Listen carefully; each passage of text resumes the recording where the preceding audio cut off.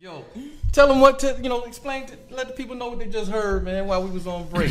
So yeah, that's a new record that I just put out a couple of days ago. I could say it was a single, but then I'd be talking about a lot of singles. I've been putting a lot of them out for the past couple of days. So, but this right here is called Finer Things, produced by Dave and Don, two of my favorite guys that I've been working with as of late. We're just rolling, man. I'm just ready to like get 2015 started. I've been on a hiatus for so long. I just want to give these people all this new music.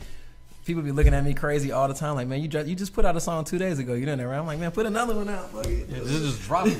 Yeah, you seem like you got like a new fresh energy about yourself too, man. I'm rejuvenated, man. I spent this whole time just like revamping myself, learning things about myself that I didn't quite understand, and bettering myself as a person, like trying to be the best person I could possibly be for myself, man. Whatever makes me happy. Right. I just been focusing on that, man.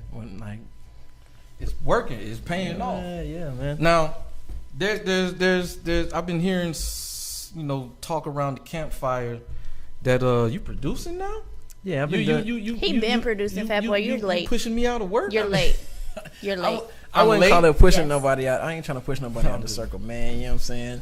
I just needed to I believe in completing thoughts. You know what I'm saying? So whenever I think of a melody or a concept or something, sometimes I may not be able to grasp that or project it the best way I can on something that somebody else already started creating. You know what I'm saying? That's somebody else's thought. Right. So I wanted to be able to be equipped enough to be able to go in and make my own stuff from scratch and complete that whole thought. So that's what I've been focusing on for the past year and a half.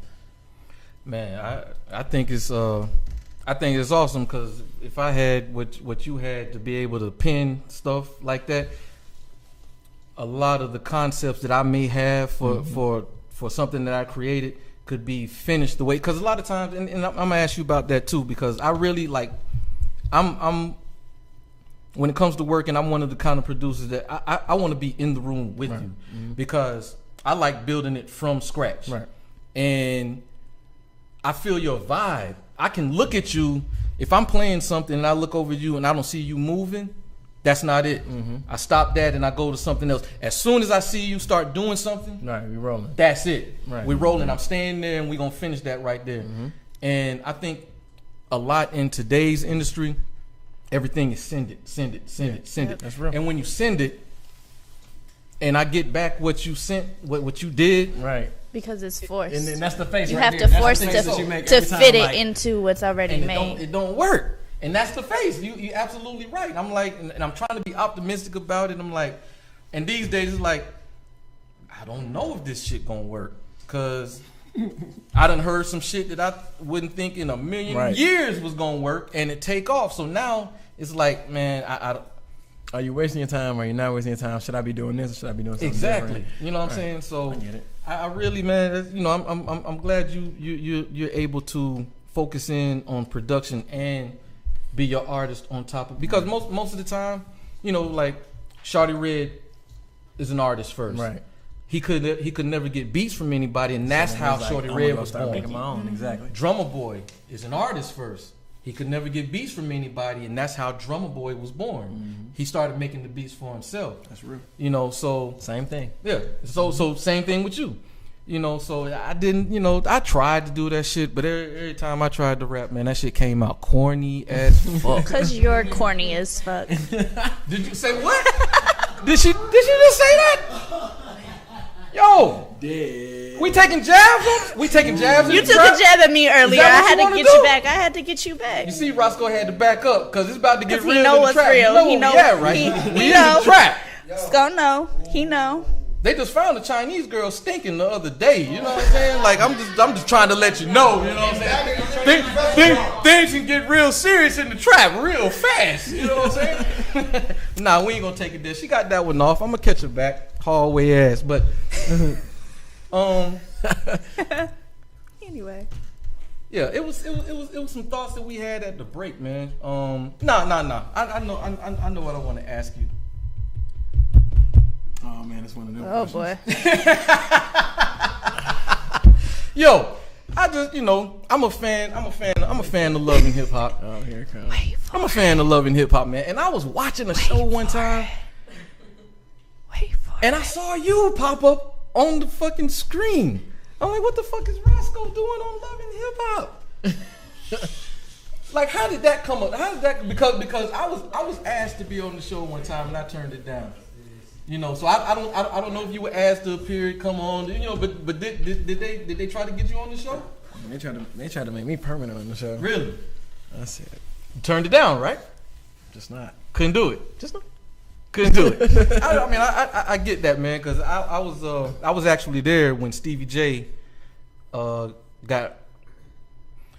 Stevie J and Scrappy got into the altercation. I'm not gonna say what really, you know, it's the way they cut it. You can't really tell. I was there. I saw the shit. So I was working in the studio at the time at Icon Studio, and I sent out a tweet that read something like, Stevie J just got knocked the fuck out. Hashtag loving hip hop ATL. Whatever. Mona found out what room I was in and called the room and asked me to take the tweet down because the show had never aired yet. You know what I'm saying? So following that, you know, they asked if I wanted to do season 2 and I turned it down because A, that's a lot, man. I don't want nobody knowing what the fuck I've been doing because B, them bitches don't know about each other. You know what I'm saying? No, I can say that because I don't fuck with some of them no more. But it's just that shit got real serious. So I wondered if they came to you like that. Well, my situation was a little different. I had met Carly probably like a year prior to me going on the show in LA, actually, at some like EDM club, late night joint or something like that. I don't even know how I ended up there, but anyway, I ended up there. It was like a balcony thing, and she was sitting like on the balcony, like in the little chair or whatever that was up there. So I'm sitting there, I'm looking, it's dark, it's like a blue light though, and I'm looking, I'm like, man, I can't really tell. You know how you have those situations where you're in the club and you can't really tell if she, like, is she bad or am I tripping, am I drunk? Right. Is this like, I don't know what's happening right now. So I was like, fuck it, I gotta go. I gotta just jump off the porch. So we exchanged numbers, boom, boom, boom, boom, boom. I ain't hear from her for like 10 months. Boom, she gets to Atlanta, I'm coming to Atlanta, boom. I didn't even remember who the hell it was. Like, right. I didn't even, when the number came across, so let's go out to get something to eat. Boom, I'm like, all right, cool. I got you know, you had to send a little dummy text to get a picture real quick. I lost my contact. So I did that. Exactly. I don't know why these girls be falling for that bullshit. Cause it works. I don't do it. Y'all do it yeah, too. you do. You asked me to send you a picture. Go to my Instagram. I've seen girls' phone that say don't answer. Oh yeah, I have those. I have lots of those. Get the fuck out of here. I have do not answer. Everybody got that ignore. I got the ignore. And the new phone shit works. A new phone. I got a new phone. Contacts. Send me a picture. I don't know. And then be like, oh, okay. Or if be like, I don't know how that happened. So anyway, we went out. We actually went to Intermezzo's. Had a conversation. She was telling me about, you know, what she was doing. We was catching up. Boom, boom, boom, boom. Next day, she calls me back and asks me if I wanted to come and be on the show with her or whatever. And then I was like, yeah, I'll come on there for an episode or two. Boom, boom, boom. I had some stuff that I was working on, about to get ready to release. It was actually around the time that I was coming off of my deal with Interscope, so I needed something to kind of help me stay afloat or whatever. Right. You know what I'm saying? Stand on my own. So I was like, all right, cool, let's do that. So they called me. They're like, what's the relationship between you and Carly? How well do y'all know each other? Boom, boom, boom, boom. I'm like, damn, this is kind of weird. Like, I started finding out then that it's more of a stage, not scripted, but it's more of a stage thing, right, where it's like they put you in certain situations and just wait for it to evolve. We're gonna throw some. Right. We're gonna put some aluminum foil, some fucking detergent in there, and a Coke bottle. Let's see if this shit gonna blow. Let's see what comes out. Right. You know what I'm saying? Right. So that's how it happened, man. But she ended up asking me probably like after the second episode if I would actually date her for real. It was weird because it was like, I don't know, it was just a lot, and I had to like, I ain't really that guy, so I had to like. Yeah. I was glad that you know, because I think from the standpoint of your career is still right doing this. I think if you've had a career and it's fizzled, I think this presents new avenues for you to go get some more money doing something else. But if you're still making good money from what it is that you do, I don't think it's a good look for you. Yeah, that's probably accurate. I could say that some people are born from that show. You know, a lot of people you didn't know about until we saw them on the show. And right. It's like, damn, they turned. But who is this? Right. Where they been this whole time? Right. So it just kind of depends, man. I salute them for being able to put a show together like that and be able to grasp people's attention when there's so many other things going on in the world that people could be focusing their attention on. But everybody tunes in to watch that show, no matter if it's LA, New York, or Atlanta, or you know what I'm saying, whatever. Yeah. So I salute them for that. It's just not something that I'm ready for yet. You know what I'm saying? Like, not as far as like being on TV, period, but just with that particular situation, having my business exposed. Yeah. I don't even put my kids on my Instagram, so I'm like, that's the hard part. You know what I mean? Too much of your life start turning into an open book. It's too much. Those areas you don't really want nobody looking in. I get that. So let us know, man, when we can expect something. You know, what's like I know you dropping singles, but is there an album in the works? Is there a mixtape in the works? Like, what's in the works? What are you about to surprise the world with? What you about to I think kill everybody with? I think I'm ready to just be as consistent as I was before in every aspect of that. So I can say that, yeah, you'll be expecting an album soon. Probably sooner than you think, actually. I'm real spontaneous with releasing music, especially since I've been gone for so long. I just like to just do it. You know what I'm saying? So, shameless plug. You got to get Fat Boy on that album. You know what I'm saying? Rocking the cut the check gear. You know, G5 quotes and all that. I'm definitely shameless plug. I don't give a fuck.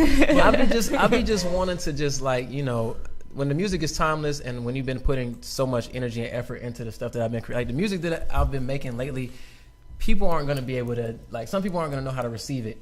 You know what I mean? And it's not because it's not good. You receive it like anything. She received a dick. I mean, it's just, you know, real simple. Okay, Fat. I told you I was going to get you back. Turn around, let's go. Continue. Yo, that's another story. You know, it's an episode that we got into. Like, this girl right here is brilliant. But what do we have here? Talk threesomes. Oh, I got a new record called Threesome that I just put a video out for too. Off my last project, I put out a project back in August called The Appetizer. It has like 2 records from every project that I've been working on for the past year and a half, and I put them together on a project called The Appetizer. So this was my first single. I shot a video for it. You can tell that the name of the song is pretty enticing. So you can just imagine what the video is about. So let's do that. Let's get into it. Are we about to get into that on the trap? Y'all ready for this? Introduce the record, man. Let's get Roscoe Dash Threesome, man, produced by Keys. Let's do it. Trap.